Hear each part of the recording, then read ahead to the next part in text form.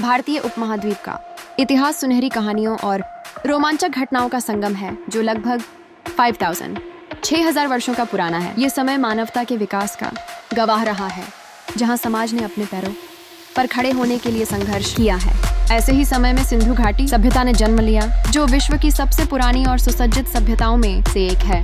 इस सभ्यता की नगर व्यवस्था और जल निकासी प्रणाली ने संपूर्ण विश्व को चकित कर दिया, जिसका उदाहरण हमें मोहनजोदड़ो और हड़प्पा जैसे महानगरों में देखने को मिलता है।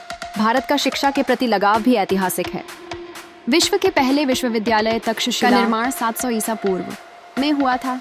इस विश्वविद्यालय ने ज्ञान और शिक्षा की लौ को जला रखने में महत्वपूर्ण भूमिका निभाई। भारत की सांस्कृतिक विविधता का परिचायक ये है कि भारत नाम सिंधु नदी से आया है, कि जो इस भूमि की गहराई और उसकी प्राचीनता को दर्शाता है। इतिहास में एक दिलचस्प तथ्य ये है कि 1886 तक भारत हीरों का एकमात्र स्रोत था, प्रसिद्ध भूमि थी, संसार के एकमात्र देश के रूप में जानी जाती है, जिसके 4 नाम हैं: भारत, आर्यावर्त, इंडिया और हिंदुस्तान। इन 4 नामों में आर्यावर्त सबसे प्राचीन है, जो हमें एक समृद्ध इतिहास और संस्कृति से जोड़ता है। भारत ने अपने समूचे 100,000 वर्षों के इतिहास में कभी किसी अन्य देश पर आक्रमण नहीं किया।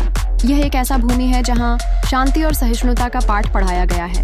नालंदा विश्वविद्यालय की स्थापना 4वीं शताब्दी में हुई थी, जिससे भारत की शिक्षा की महानता का पता चलता है। इस विश्वविद्यालय में 10,000 से अधिक छात्र और 2,000 शिक्षक, जो एक अद्वितीय ज्ञानवर्धक स्थान के रूप में प्रसिद्ध थे, जिसका विकास भी भारत में आयुर्वेद में हुआ सबसे आरंभिक चिकित्सा शाखा है। साथ ही भारतीय संस्कृति में शून्य की अवधारणा का विकास हुआ, जिसने गणित और विज्ञान में क्रांति ला दी। संस्कृत, जो विश्व की सबसे प्राचीन भाषा मानी जाती है, भारतीय भाषाओं की जननी है और यह हमेशा से ज्ञान और साहित्य का धनी स्रोत रही है।